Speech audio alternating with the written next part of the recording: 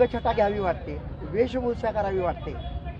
तर शिवरायांचे वैचारिक वारस म्हणून आज मी स्वतः कलाकार या नात्यानं छत्रपती शिवाजी महाराजांच्या वेशामध्ये आलो।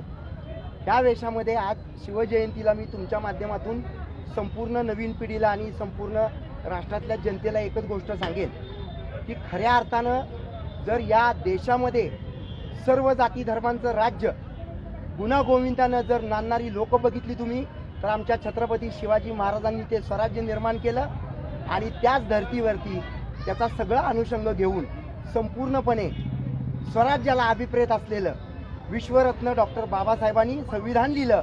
तर आज या देशामध्ये छत्रपती शिवाजी महाराजांचं स्वराज्य आणि बाबासाहेबांचं संविधान खऱ्या अर्थानं जर जिवंत ठेवायचं असेल तर या दोन्ही महापुरुषांना संपूर्ण नतमस्तक होऊन त्यांचे अनुकरण आपण केले पाहिजे। ज्या पद्धतीने एक गाणं आपल्या महाराष्ट्रामध्ये फेमस आहे, दोनच राजे इथे जाहले कोकण पुण्यभूमीवर, एक त्या रायगडावर एक चवदार तळ्यावर।